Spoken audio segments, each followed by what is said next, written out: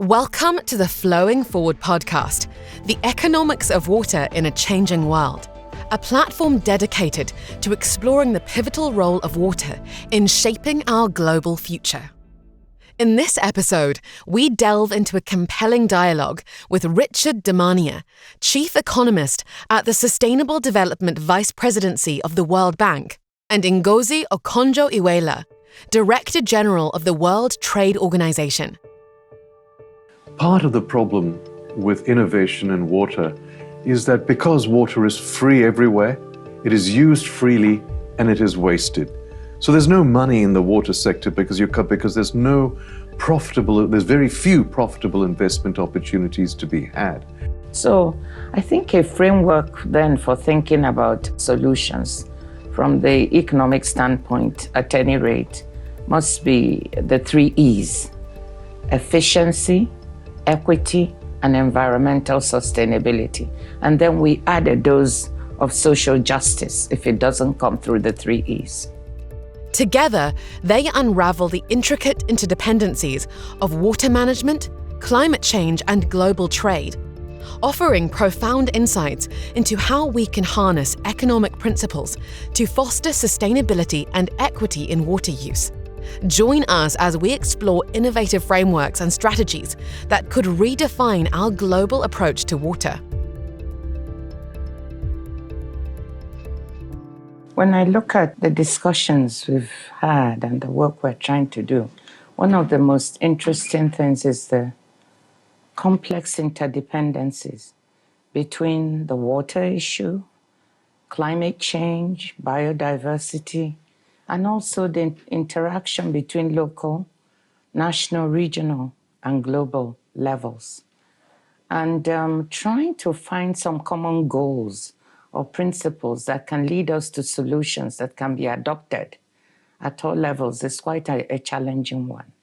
But one of the solutions that I think is quite interesting to reflect on is that of virtual water trade. And you've been taking a look at this and doing some modeling work.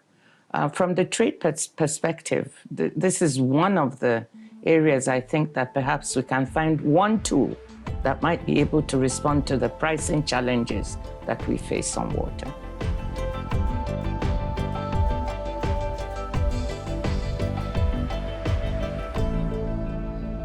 I think you're exactly right, Dr. Ngozi. It could be one of the most powerful tools we can use to make sure that we are using our water better and doing much better, and that would then spill over into biodiversity, climate change, and everything else.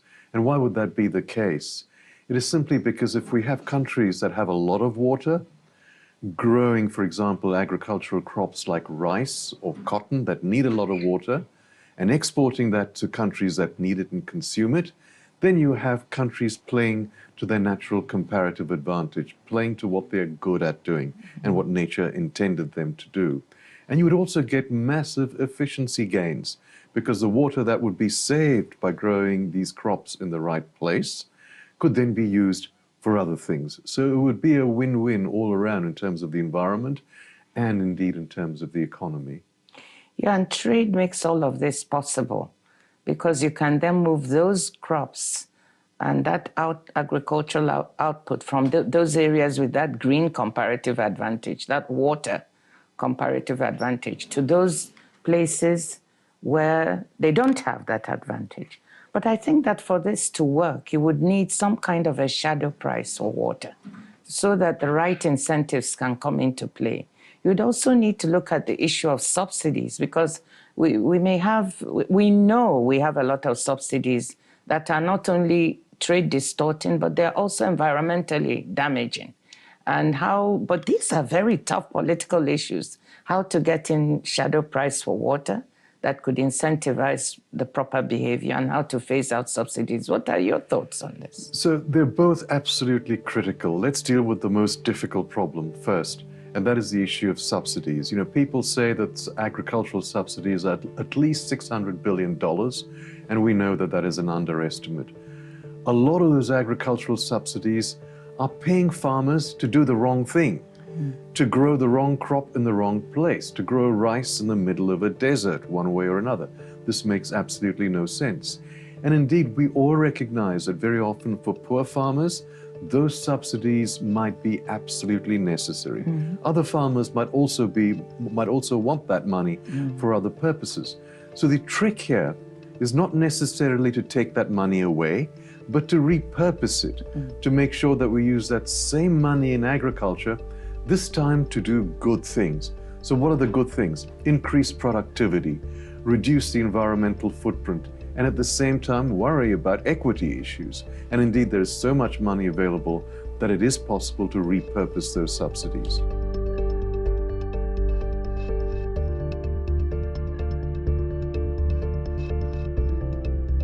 Agriculture has such a special place in terms of water use because 70 to 80%, you have the correct figure of blue water is used for agriculture, isn't it? Oh, absolutely. So it's 80% roughly on average across the world of water is used and consumed by agriculture. So if we don't get that right, the water that's consumed in agriculture, we're not going to be able to manage water right, which means we're not going to achieve our climate goals, and regrettably, we are certainly not going to achieve our biodiversity goals. And now, for the 21st century, we know that agriculture has always been on the books when it comes to the water use and the appropriateness of that use. But we now have a whole other sector. We're trying to decarbonize and get to net zero by 2050. And there's a whole group of critical minerals and critical raw materials that are coming into play. But one of the issues that comes up is the massive amounts of water needed to mine and process these critical raw materials. Again, that's one sector that one needs to look at. How do we incentivize the right water use? How do we drive innovation within those sectors so they use less water? What are your thoughts on this? That is right again. So we do need water in those sectors. We have to prioritize, but we have to be conscious of the trade-offs that we are making. That's the first thing. So we need to be conscious about the fact that we are going to need that water, and that water might have to come from somewhere else. And that means overall using water more efficiently so that we can reallocate from A, whatever it might be, to what we now need the water for, which are these critical minerals, to which will be crucial to driving, of course, all of the climate goals that we need and to achieve those goals.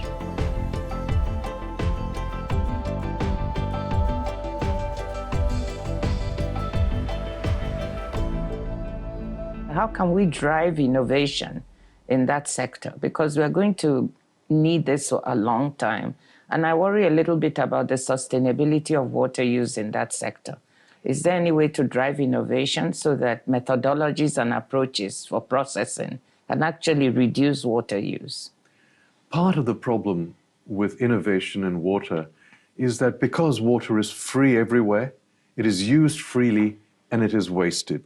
So there's no money in the water sector because there's very few profitable investment opportunities to be had. And then you end up with this vicious circle of very, very low levels of innovation and invention in the sector. And it's a sector in which there's no profitable investments to be made, so no one has any incentive to change anything. So I think one of the crucial things is to work out where water is used and where you can get a proper charge for water, so it becomes more like an economic commodity when it is used for economic purposes, recognizing it has other purposes for the environment, social justice, environmental issues, absolutely. Ecosystem conservation. Yeah, absolutely critical. But all of those things mean that when water is used for purposes of making high profits, that we actually charge for that water, so it is used sensibly. So I think a framework then for thinking about solutions from the economic standpoint, at any rate, must be the 3 E's: efficiency, equity, and environmental sustainability. And then we add a dose of social justice if it doesn't come through the 3 E's. Absolutely. And part of all of that is a matter of recognizing that water is a scarce, valuable commodity. And when people are given that water for free and for nothing, automatically incentives imply that they're careless with that water. They overuse the water. They use it for the wrong purposes. So when water is free and you give me that water from this expensive investment the government has made for free, in the middle of a desert, people will grow rice and cotton, which are two of probably the most water-intensive commodities that we actually have.